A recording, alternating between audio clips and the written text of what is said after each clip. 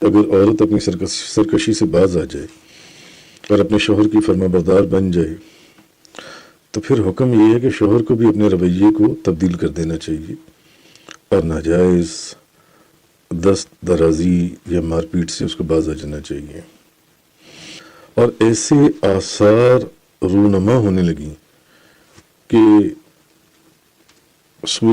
صورتحال جو ہے وہ قابو سے باہر ہو جائے اور ایسا محسوس ہو کہ معاملہ طلاق پر ختم ہو جائے گا یا طلاق ہو جائے گی اس معاملے کے اندر، فیصلہ کرنے والے اس کو بھی چاہیے کہ وہ فوراً جلد بازی سے کوئی فیصلہ نہ کر دے اور ان میں تفریق نہ کر دے، بلکہ حکم کے ذریعے ایک منصف ادھر سے ہو ایک منصف عورت کی طرف سے ہو، ان کے ذریعے ان کی صلح کی حتی الوسع کوشش کرے۔ وَإِنْ خِفْتُمْ شِقَاقَ بَيْنِهِمَا فَابْعَثُوا حَكَمًا مِّنْ أَهْلِهِ وَحَكَمًا مِّنْ أَهْلِهَا إِنْ يُرِيدَا إِصْلَاحًا يُوَفِّقِ اللَّهُ بَيْنَهُمَا إِنَّ اللَّهَ كَانَ عَلِيمًا خَبِيرًا۔ اور اگر خوف کرو تم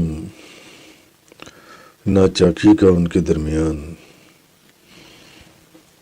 تو مقرر کرو ایک منصف مرد کے کنبے سے اور ایک منصف عورت کے کنبے سے۔ اگر وہ دونوں منصف ارادہ کریں صلح کروانے کا تو موافقت پیدا کر دے گا اللہ تعالیٰ میاں بیوی کے درمیان۔ ان اللہ کان علیما خبیرا، بے شک اللہ تعالیٰ سب کچھ جاننے والا اور ہر بات سے خبردار ہے۔ اگر عورت اپنی سرکشی سے باز آ جائے اور اپنے شوہر کی فرما بردار بن جائے تو پھر حکم یہ ہے کہ شوہر کو بھی اپنے رویے کو تبدیل کر دینا چاہیے اور ناجائز دست درازی یا مار پیٹ سے اس کو باز آ جانا چاہیے۔ اور یہ حکم اس خدا کا ہے جو سب سے بڑا ہے اور اس کے حکم کی سرتابی کے نتائج بڑے المناک ہیں کہ اگر عورت اپنے شوہر کی فرما بردار بن جائے اور اس کی نافرمانی سے باز آ جائے تو پھر شوہر کو بھی بے جا کا مارنے پیٹنے سے روک دیا گیا کہ ایسا نہ کرو۔ اچھا، اب اگر آپس کی کوششیں اصلاح کے لیے کوئی خاوند میاں بیوی کے اندر ایسا لڑائی جھگڑا مار کٹائی شروع ہو گئی ہے، اب اگر کوئی آپس کی کوششیں جنسی ہیں گھر میں اصلاح کے لیے مفید ثابت نہ ہوں اور ایسے آثار رونما ہونے لگیں کہ صورتحال جو ہے وہ قابو سے باہر ہو جائے اور ایسا محسوس ہو کہ معاملہ طلاق پر ختم ہو جائے گا یا طلاق ہو جائے گی اس معاملے کے اندر، تو اس وقت یا تو میاں بیوی اپنی اپنی طرف سے ایک ایک ثالث مقرر کریں، قرآن یہ کہہ رہا ہے، جو ان کی شکایات سن کر ان کا آپس میں تصفیہ کر دیں، یا دونوں کے خاندان ایک ایک ثالث اور ایک ایک منصف جو ہے وہ مقرر کریں۔ اور اگر ایسا بھی نہ ہو اور معاملہ عدالت تک پہنچ گیا تو پھر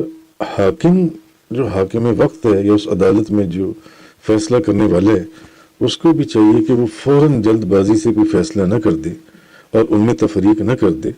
بلکہ حکم کے ذریعے ایک منصف ادھر سے ہو ایک منصف عورت کی طرف سے ہو، ان کے ذریعے ان کی صلح کی حتی الوسع کوشش کرے۔ آپ پوری کوشش کرے کہ کسی طریقے سے عورت کی طرف کے جو منصف ہیں اور مرد کی طرف کے جو منصف ہیں یا جو ثالث مقرر کر دیے گئی ہیں، حکم مقرر کیے گئے ہیں، وہ ان دونوں کے درمیان میں کوئی درمیان کا راستہ نکالتے ہوئے ان دونوں کے اندر ایک صلح کروا دیں جن سے، اور ایک دم ان کے اندر تفریق یا بات طلاق تک نہ لے کے جائی جائے اور جن سے ان میں صلح کروا دی جائے جن سے۔ یہ تو پوری کوشش کریں، اپنی حتی الوسع اللہ پاک نے فرمایا کوشش کریں کہ ان کے اندر صلح ہو جائے دوبارہ سے جن سے میاں بیوی کے اندر، دونوں خاندانوں کے اندر۔ تو اگر وہ جو منصف جن کو مقرر کیا گیا ہے یا جن کو ثالث مقرر کیا گیا ہے، جو ان دونوں خاندانوں میں میاں بیوی کے درمیان ایک مصالحت کی، ایک صلح کی کوشش کروانے کی بھرپور محنت کر رہی ہیں یا ہمت کر رہی ہیں، تو اگر انہوں نے خلوص نیت کے ساتھ قرآن پاک کے اندر ہے، اگر وہ دونوں ارادہ کریں گے صلح کرانے کا خلوص نیت کے ساتھ تو اللہ تعالیٰ موافقت پیدا کر دے گا میاں بیوی کے درمیان. اگر وہ دونوں خالص خلوص نیت کے ساتھ دونوں خاندانوں دونوں میاں بیوی کے درمیان میں صلح کروانے کی کوشش کریں تو اللہ پاک نے کیا فرمایا، دونوں کے درمیان میں صلح کا راستہ